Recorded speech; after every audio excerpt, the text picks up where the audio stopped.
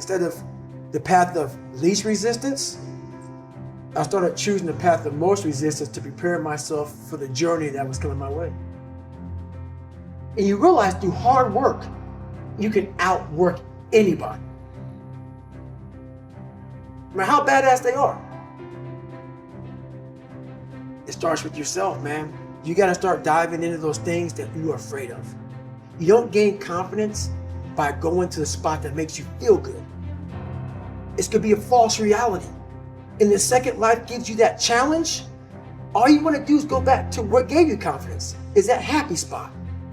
No, what gave me confidence was spending years at a kitchen table trying to learn how to read and write on my own, realizing I can't learn the way you learn. I can't, but I can learn. What gives you confidence, not being afraid, is overcoming the fear. That's what gives me confidence, is facing these things, overcoming them.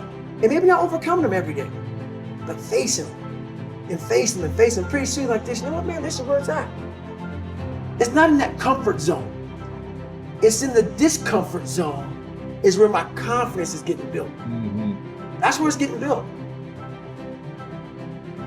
Happiness, peace, enlightenment, it's all up here, man. It's all up here. It's all up here. You just gotta be willing to go and face it. And that's the hard part. The physical standard is not what they need to meet. It's a mental standard you must meet in life. That's how I live my life. I now know that there is no cap on the human mind. There's no cap. We cap it ourselves. When most people quit, I just started. And when you take that mindset and you learn to flip that around, that's what made me powerful. And my body followed. The number one question that I'm asked everywhere I go around the world is always, how is it that I stay so motivated? What are the motivating factors in my life that keep me in this psychological space? Number one will be gratitude. I try and find a way to be grateful for every single thing I have every single day. Wins, losses, loved ones, you name it. My life wasn't always this way. It was much different many moons ago. So these days I'm grateful to the bone for everything. The other thing is hunger. You always hear people say, well, it's about being number one, about being at the top. Or how about this? You're always gonna find somebody out there who's gonna work harder. Well, I don't know that. That might be bullshit, but I know no one is gonna be hungrier than I am. And I try and find a way to be grateful. So I hope that helps. It's 2 o'clock in the morning. If you're watching this, you better be doing something productive today. Very intense workout, hardcore, very heavy, creating and destroying, breaking down and building up that very dense, thick muscle. We always talk about hunger and how you always want to outwork your competition regardless of how successful you may be lucky enough to be. You want to be hungry. If you know what it's like to be hungry, you'll never be full. He said it's one thing to be hungry, it's another thing when you're starving for greatness and starving for success. And I love that because it immediately clicked. It's in my DNA. I know what it's like to operate every single day, regardless of the success that I've been a lucky son of a bitch to achieve. I operate every day as if I'm starving, so keep starving. That 4 o'clock in the morning is when no one else is up, so no one else is bothering you, and you can focus on whatever work you have to get done. Then by 4:30, 4:45, I'm doing some sort of cardio. It's still dark outside, so it's just me. It's 4:45 a.m., it's still dark outside, and I'm getting ready to kill this AM cardio. You can't even see me, but it's gonna be so good, it's bad. I do this, and then I'll have breakfast, and then I will go do all my strength and conditioning training at a gym for about an hour, and then I'll go to set. It's midnight, I'm on my honeymoon, and I'm in here working out. Saturday night, 1:45 a.m. I just wrapped a phenomenal workout here in the Iron Paradise. Got after it hardcore. Hardest workers in the room. We just wrapped here in the Iron Paradise. Another great workout. Iron ain't gonna kick its own ass. You gotta get after it. Let's roll. You reach that point, we all reach that point where we're training, and you break through to the other side. You break down barriers, you bust through ceilings, you knock down doors. That just happened for me. It's very defining. I've been slinging iron since I was 13. Our empty gym, the way we like it. It's Sunday, it is family day, it's Lord's Day, it is also leg day. So, this pain ought to be fun. Shit.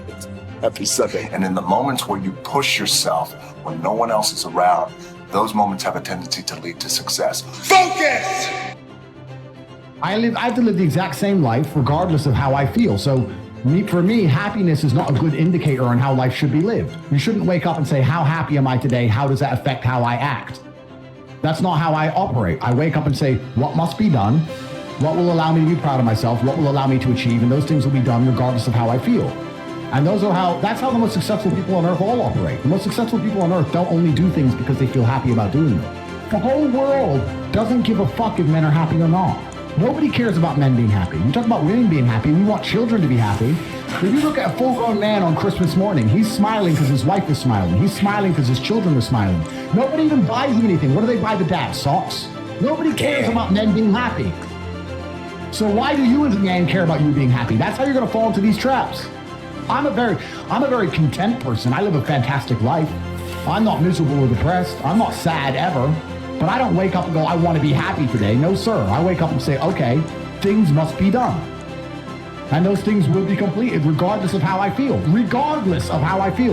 You can lock me in a dungeon for an unknown amount of time in Romania, and I will still complete as many push-ups as I can possibly do. In the dark by myself. What else am I going to do? Sit there and be sad? Happy or sad? The push-ups must be done. It's called duty, it's called honor, it's called pride. If you had these things, you would never do dumb shit in the first place. So you have to just understand that God is always watching. He's going to reward you in the end. That's the first thing. And the second thing I will say is that you are the sum of the 5 people you spend the most time with, and you need to create your reality. I think the biggest problem with young people today is that they don't create their realities heavily enough. The people that they want to spend most time with aren't adding in value to their lives. They end up.